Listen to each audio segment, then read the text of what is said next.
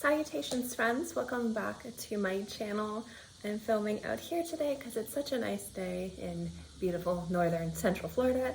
Today I'm going to be reviewing Tropic of Capricorn from Olympic Orchids. Really excited to review this for you guys since it's such an interesting and gorgeous scent. So if you'd like to know more about this fragrance, then keep watching. For transparency purposes, I purchased this. This was not given to me, and I have not that much experience with Ellen Covey as a nose. I do know the original bat from Zoologist, and I am deeply, deeply in love with that scent. And when I saw this fragrance, I wanted to kind of jump into Olympic Orchids, and this scent just kind of, the idea of the scent, the composition of the notes just seemed like something I really would love and was a fragrance I was interested in purchasing just because they all seem amazing, but that one seemed extra special to me. It's described or designed to be kind of like a deeply interesting night in the jungle, something that you might not escape from. It's supposed to be mysterious and dangerous and exotic. And I feel like the fragrance definitely is that, or is most definitely that. So the notes in this scent, you have mango fruit, jasmine, frangipani, tuberose, magnolia, osmanthus. We also have bourbon vanilla, ambergris, benzoin, sandalwood, and this is an all-natural perfumery. So they are done in small batches, natural perfumery. So when I review this scent in regards to longevity and things like that, I'm going to be reviewing it based on natural perfumes and telling you if I think it performs well or not. Overall, this scent is magnificent, but it's challenging. And that's what I was hoping for. What I love most about this fragrance is it's unapologetically just animalic.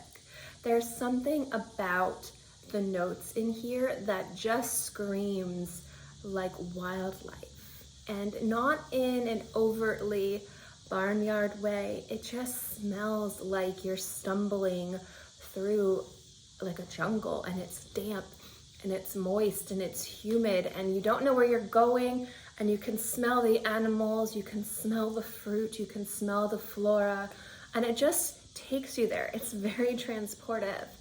Now I find this scent to have three things to it that are a little bit, they don't quite go together if you think about it, but these three feelings that this fragrance have actually work very well together.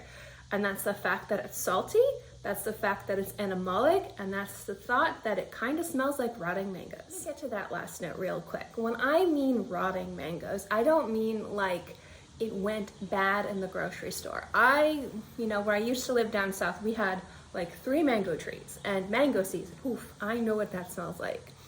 The mangoes are overtly ripe. They have a thick, syrupy sweetness that's slightly off in that smell, and whenever you get that smell, it's always in the hottest, humidest time of year. And it's, for some people, it can be very off-putting, and that's the most challenging part about this scent, I find. But what I love about that note, specifically in this fragrance, is that it makes it very authentic, but it's also not a negative. So when you think about like overtly ripe feelings or little nuances or notes and scents, a lot of times you're looking at overtly indolic white florals like jasmine, gardenia, tuberose. And I love that overripe smell. It adds a depth to fragrances, adds a mystery, it adds layers of complexity without doing much. As long as you have that kind of beautiful mix of those notes, it just kind of creates magic on the skin. It's like a natural creaminess without adding creamy notes to the fragrance. And what I love about the mango is it is that really, truly authentic, overtly ripe mango that's been sitting on the ground for 3 weeks. And it's a very pungent smell. But what I love is that it's paired with that animalic and then saltiness, and that balances it out. What it does is it kind of creates an environment where it's not like a bad experience, but a unique and special experience. And when I think about avant-garde perfumery, when I think about the types of scents that I like to wear that I find uniquely beautiful but are still challenging, These are the types of scents that I'm talking about. This is the type of scent that I'm talking about in a lot of cases. Something that is uniquely, when you smell it, you don't know how you feel, but you know you feel something. And then as you wear it, as you experience it, you start to really feel what it is and what it's doing to you, and then also how you smell. Even though it does smell like, again, like an overripe mango, it's not an unattractive smell. A lot of people really like that. It can smell really sexy, really fruity, really deep and mysterious. I think a lot of people who have negativity to that might live by a mango tree and might be completely bombarded by that smell, you know, like John, like my husband, who can't stand it because for like 35 years they had to deal with that smell over and over and over again. But what I love about this fragrance is its authenticity to the experience of a kind of dangerous jungle in the middle of the night. It smells like a nighttime fragrance. It smells mysterious. There's a lot of little nuances in this fragrance. And I think the animalic quality brings you to the rainforest, brings you to the jungle. The mango cements that this is a lush, thriving environment where fruit trees grow and animals are coming and eating the fruit. And it creates this beautiful experience that's unique and special that also smells really good on the skin. This fragrance isn't for everybody, but I do find that if you're looking for a summertime scent that is very unconventional, different, avant-garde, but ridiculously beautiful, I think Tropic of Capricorn is great. I think it's a wildly successful fragrance. I think that there are a lot of risks taken with this scent, a lot of things that could have easily gone wrong and made it go one way or the other.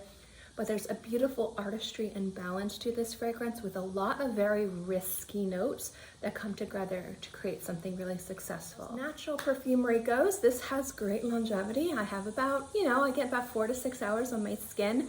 I do find this to be more of a skin scent after the first 2 hours. The first 2 hours, it has a mild projection and sillage, and then it becomes more intimate, but you can still smell it on your skin, so it has decent performance as well. In case, the beauty of Tropic of Capricorn is there. There's a unique artistry to it. There's definitely risks. It is a very challenging scent, but I definitely think it is worth checking out. If you like animalic fragrances, if you like deeply woody, indolic scents that have a lot of layers and nuances to them, but you're also looking for something that would smell really beautiful in hot and humid weather or summertime, give Tropic of Capricorn a try. I think it's fantastic. In any case, thank you guys so much for watching this video. I hope you enjoyed it, and I'll see you next time. Bye.